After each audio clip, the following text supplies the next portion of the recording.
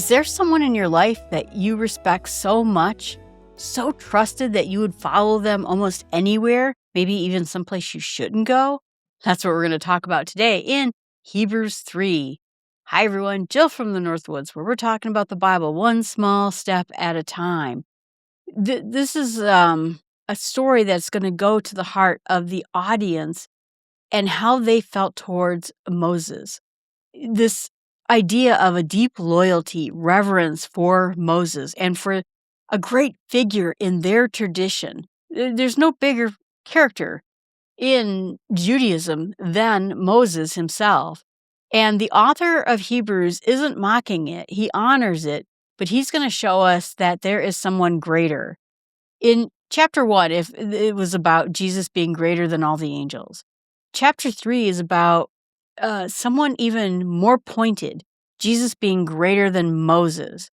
To a first century Jewish Christian, that's a significant claim. To anyone who grew up in a Jewish tradition, Moses wasn't just a historical figure. He is the mediator of the covenant, the man who spoke to God face to face, the one who delivered the law. In Numbers 12, God said himself, "Moses is faithful in all my house." A description of that is given to no other prophet. The reverence for Moses is very deep and real in the Jewish world. And that reverence, the author of Hebrews says, is yes, Moses was faithful, but Jesus is even greater.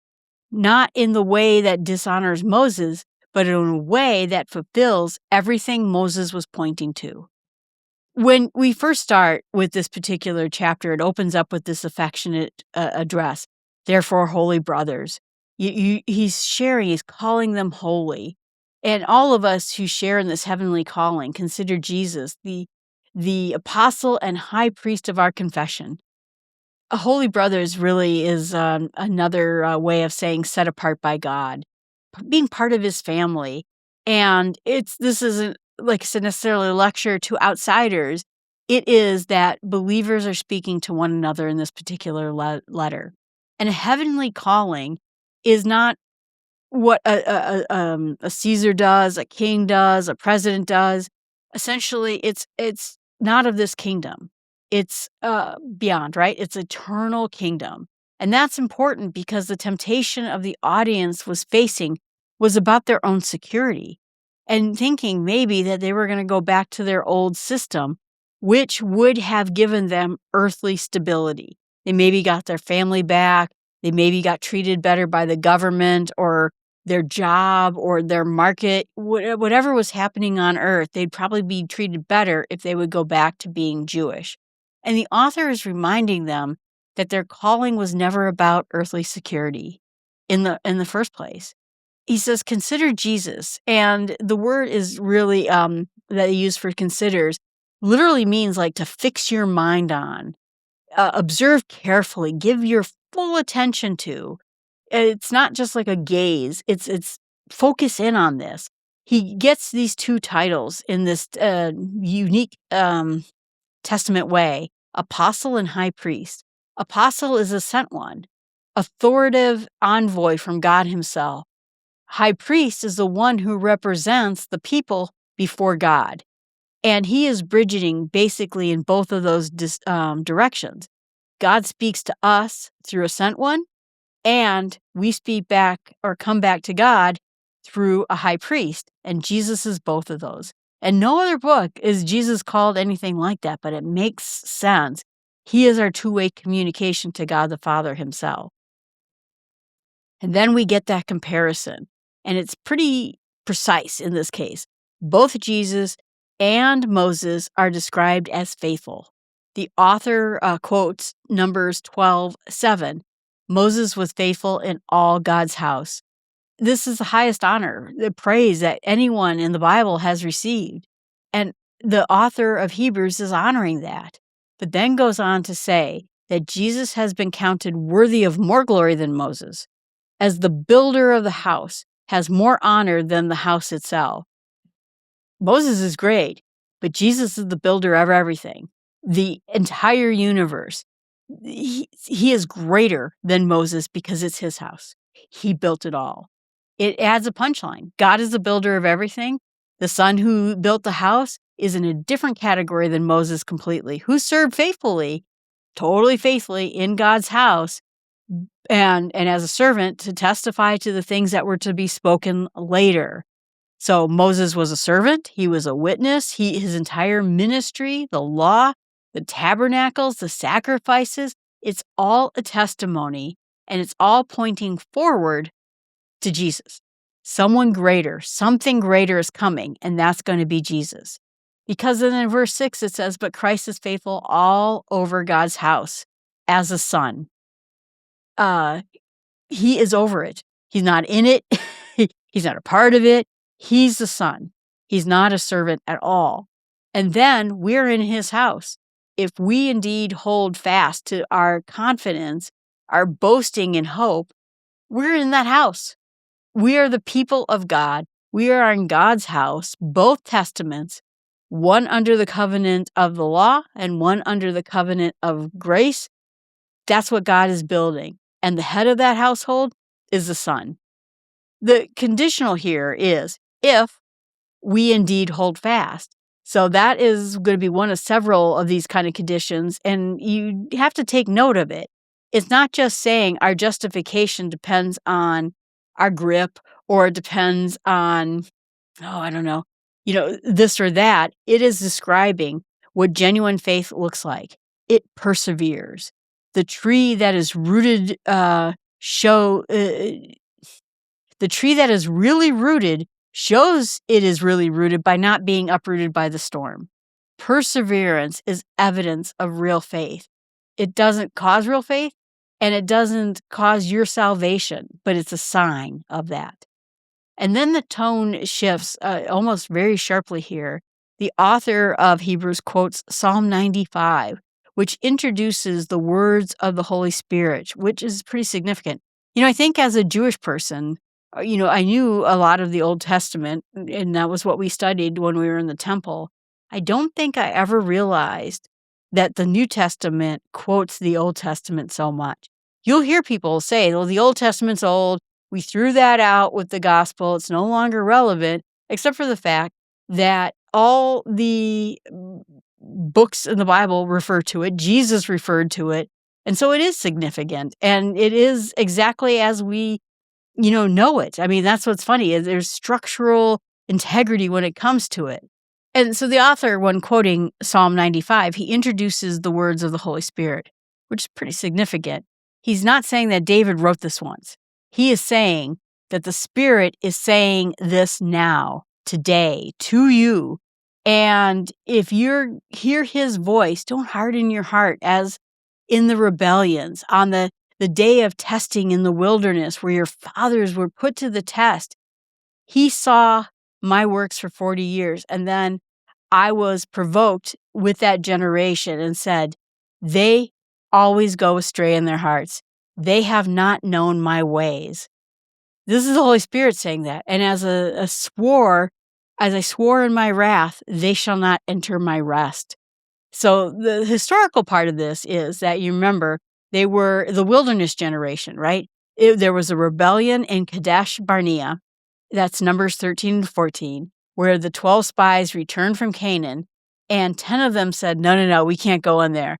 Giants, there's tough people in there, we can't do it. And 2 of them said, yep, God will deliver, we can go in there. And the people believed the 10 and turned back and refused to enter the land of Canaan.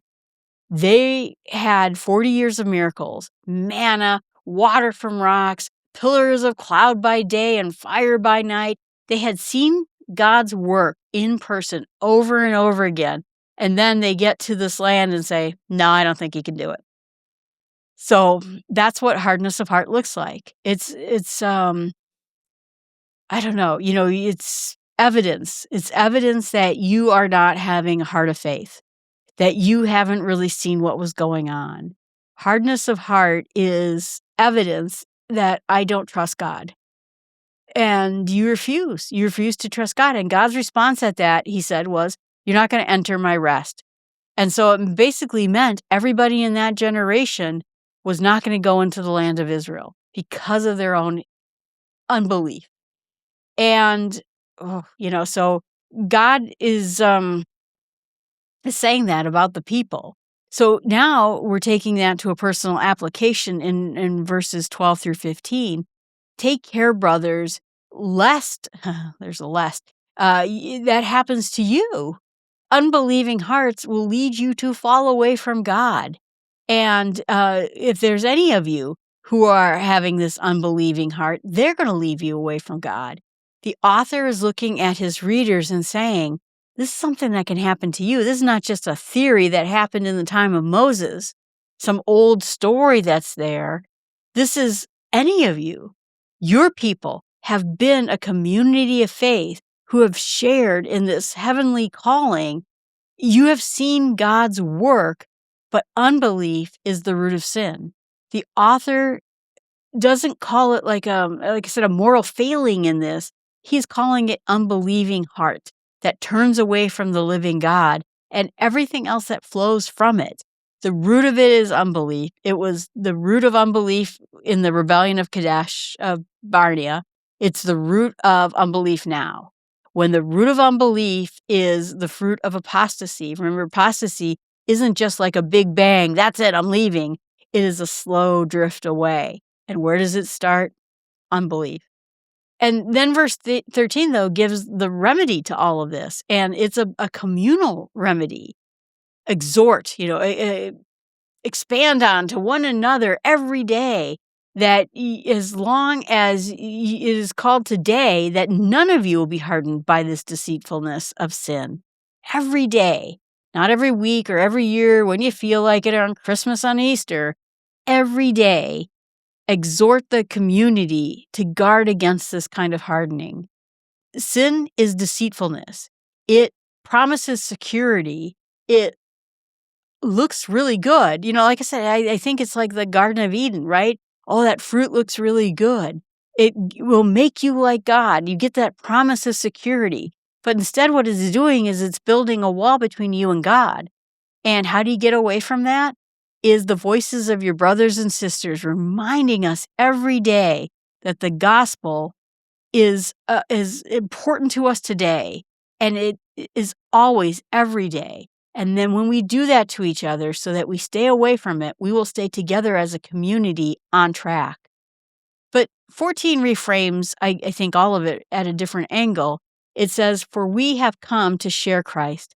And if indeed we hold our original confidence firm to the end, so that's kind of interesting. Sharing Christ is a genuine participation in his life and salvation. It's evidence of us holding on to what God gave us.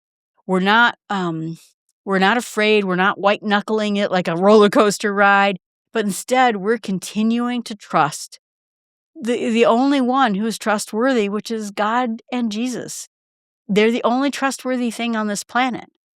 And so the chapter then closes with a series of questions, I guess you would say, rhetorical questions that almost is like a courtroom. You've seen these in courtrooms. Who heard and rebelled? The people of Moses led out of Egypt. They redeemed. The ones who crossed the Red Sea, the one whom God was angry with for 40 years, those who sinned, whose body fell in the wilderness. Why did God swear that they wouldn't enter his rest? Because they disobeyed. And the conclusion in verse 19 is so that they were not able to enter because of their unbelief. It's not because they're not smart enough. They were too stupid. They sinned too much. They did this thing, in a way I didn't like. They didn't do the sacrifice in the way I liked. Unbelief. Unbelief is what caused it. The door was open and they chose not to walk through it. And the sequence of that is sobering. You hear the word, you rebel, you sin, and you perish, and you're barred from rest, all rooted in unbelief. The author holds it up to a mirror to his readers, and as us as readers of this as well. And so I guess the thing you hold on to when you look at chapter 3 is Moses was great, faithful, but Jesus is greater. The comparison isn't even the point of it. It's the implication of that comparison. If the son of the house has spoken, the faithful high priest, opened the way for the rest. If the wilderness generation failure was rooted in unbelief and catastrophe, then hold on. Fix your thoughts. Write on Jesus. Encourage each other as a community, and don't harden your hearts. And that is still valuable today. The door is open. The promise of chapter 4, which we're going to read next, is there too. We're going to get there, but the idea is the author is going to take this rest idea and develop into something really beautiful. It's not just about the rest of going into Canaan. It's much bigger than a plot of land. Oh boy, what I'm going to meditate on is this wilderness generation, 40 years of miracles and manna and water from rocks and pillars of fire. They saw the Egyptian army go into the drink. I heard a good joke the other day where someone said, well, my teacher said that the water that Moses brought people through was only inches deep. That's how they were able to cross it. And the father said, well, then that's still even a better miracle. And the son said, well, why? It was just shallow water. Oh, because a couple hundred Egyptian soldiers died in an inch of water. It's a miracle. These people saw that, right? This generation of all that, and they still couldn't believe. They still had hardened hearts. It's an uncomfortable question for all of us. What have we seen God do in our own lives out of the extraordinary love he has for us? And how are we at risk for the same kind of rebellion? And maybe it's not that dramatic. Maybe it's more quiet and more like drifting away. What I'm going to pray about is the idea that we need to daily encourage each other and have the humility to receive it, to understand the lessons. Community is mandatory in this chapter, that it is the antidote to hardening your heart. By having a community around you that reminds you every day of God's amazing love and grace for us. And I hope that I can be that to someone else. And what I'm going to share with others is the idea that when it says today, it's still today. That door of wilderness generation that they refused to walk through, they wouldn't go into the land of Canaan because it seemed too dangerous, is still open. The rest is still available. Whatever hard season you're in, whatever, drift you're going through right now, the author is telling you it's not too late. Today is the day you hear his voice. Don't harden your heart. It's not a threat, it's an invitation. Just walk through that door. It is still being extended today. All right, everyone, thanks so much. Appreciate you being out there. Remember that you can email me at jill@startwithsmallsteps.com. I'd love to hear from you. You can put a comment right here. Share this with someone else who might want to go through the Bible slowly, one chapter at a time. Hopefully this is so easy, such a small step that you can take it too. You can read the Bible on Tuesdays, Thursdays, and Saturdays, one chapter, and then we talk about it on Monday, Wednesday, Friday. Thanks so much for being out there.